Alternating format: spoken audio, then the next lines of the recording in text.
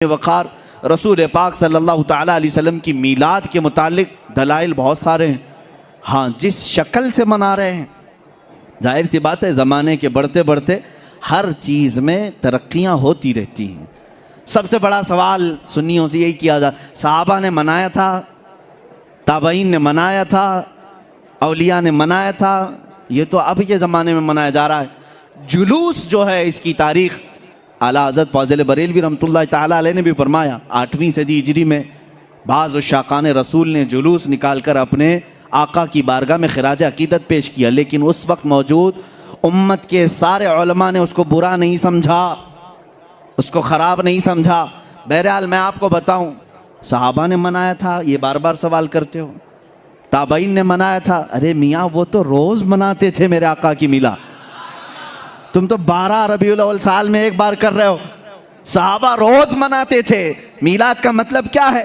जाओ पूछो, हसन बिन साबित हमेशा कहते थे, व अहसनु मिनका लम तरा कत्तु आइनी व अजमलु मिनका लम तलिदिन निसाउ। यही तो मीलाद मुस्तफ़ा है। ऐ रसूल, आपसे ज़्यादा हसीन मैंने किसी को देखा नहीं, आपसे ज़्यादा खूबसूरत किसी माँ ने जना नहीं। ये तो सहाबा मीलाद नहीं मना रहे हैं।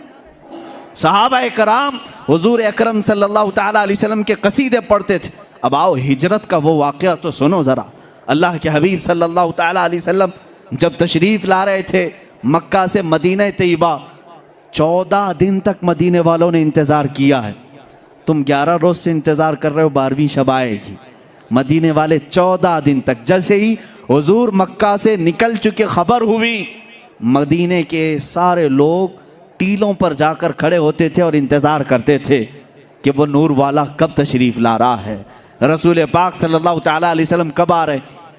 मदीने वालों ने, बहुत सारे लोगों ने देखा नहीं था, देखने की तड़प थी। मुझे बताओ, आज आप मीलाद की घड़ी के इंतज़ार में बैठे होते हैं अदब से, ये इंतज़ार है?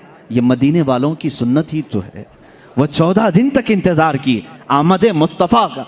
और जिस वक्त रसूल पाक की आमद हुई, अब हदीसों में है, बुखारी शरीफ भी पढ़ो आप, मुस्लिम शरीफ भी पढ़ो, हदीसों में मौजूद है, फरमाया रसूल करीम सल्लल्लाहु ताला अलैहि वसल्लम जैसे ही क़ुबा की चोटियों से नज़र आने लगे, जितने मदीने में हबशी थे वो अपने नेज़े निकाले, ढाल निकाले और अपना मखसूस जो उनका रक़्स होता था उससे वो रक़्स करने लगे। ढालों पर अपने नेज़े मार मार कर कहते थे, मुहम्मदुन अब्दुन सालेह, मुहम्मदुन अब्दुन सालेह। ये अल्फाज थे हबशियों के। और उसके बाद बनु नज्जार एक ख़ानदान था, उस ख़ानदान की सारी बच्चियाँ अपने हाथों में दफ लेकर के आईं, यूँ कहती थी, तलअल बद्रु अलैना मिन सनियातिल वदाई वजब शुक्र अलैना मा दआ लिल्लाहि दाई। ये आगे पूरा मौजूद है कसीदा, जिसमें वो कहती हैं, अंत शर्रफ्तल मदीना मरहबन या खैर दाई। ये गुनगुनाते हुए वो यूँ कह रही थी, हम पर 14वीं का चांद तुलू हो गया है। कहाँ से? सनियतुल वदा की घाटियों से। उसके आने पर हम पर शुक्र वाजिब हो गया है। मुझे बताओ, ये मीलाद नहीं है तो और क्या है? हुजूर पाक की मीलाद का मतलब है हुजूर की सीरत बयान करना, हुजूर पाक की तारीफ बयान करना, यही तो मीलाद है। हम मजलिस मीलाद का मतलब क्या है? सिर्फ 12वीं शब को मनाना, यही नहीं, साल भर जब भी आप मेरे आका के तज़किरे करेंगे हम उसको मीलाद मुस्तफ़ा ही कहते हैं। मौलूद की महफिल है, मजलिस मीलाद है, जहाँ रसूल पाक की आमद के किस्से बयान किए जाएँ, तारीफ़ व तौसीफ़ बयान की जाए, वो मीलाद है। सहाबा ने किया है मेरे अजीज़ों। अब अल्लाह के नबी सल्लल्लाहु ताला अलैहि वसल्लम जब तशरीफ़ लाए तो क्या हुजूर ने मना कर दिया? जो हिजरत होकर हिजरत के बाद हुजूर तशरीफ़ ला रहे थे।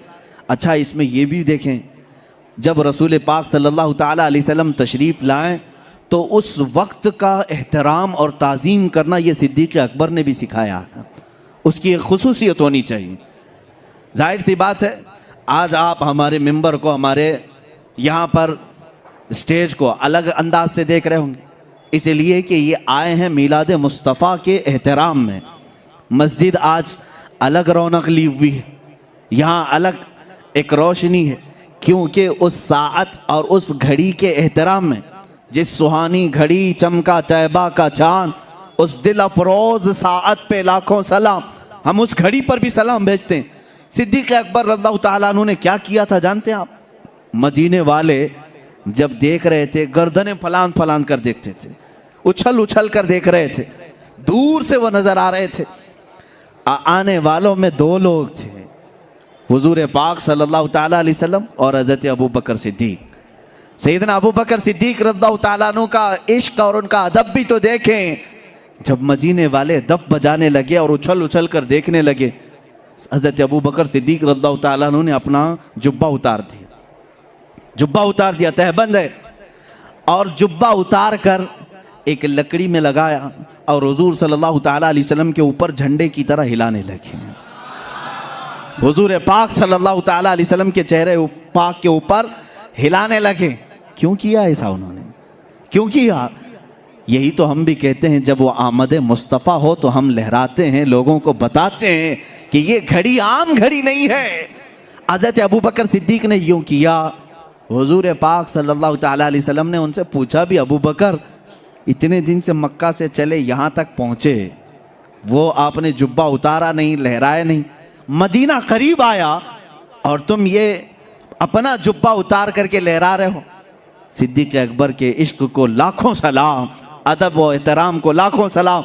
अर्ज़ करते हैं, आका बहुत सारे मदीने वालों ने आपको अब तक देखा नहीं, मैं ये सोचता हूँ कहीं वो गलती से मुझे रसूल ना समझ लें।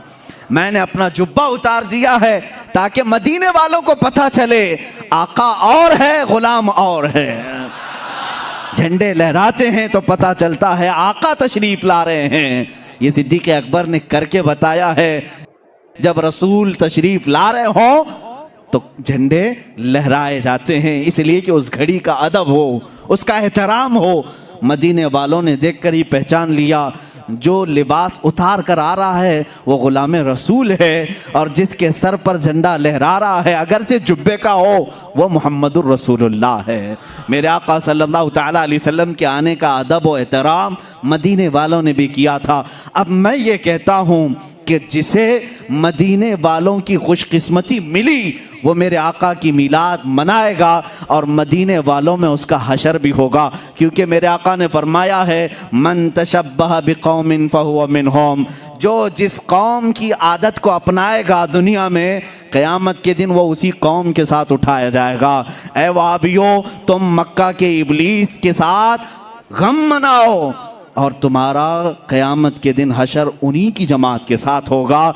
हम आज कुमकुमे भी लगाएं, झंडे भी लहराएं, 12वीं शब को अलल ऐलान कहें कि आई नई हुकूमत, सिक्का नया चलेगा, आलम में रंग बदला, सुबह शबे विलादत, हम इस फ़ख्र के साथ कहेंगे, इसलिए कि मदीने वाली कौम के तरीके पर हमने किया है। और रसूल ने फरमाया, जो जिस कौम की मुशाबहत करता है क़यामत के दिन वो उसी के साथ उठाया जाएगा। फ़ख्र करो, क़यामत के दिन इंशाअल्लाह हम सब मदीने वालों के साथ उठाए जाएंगे।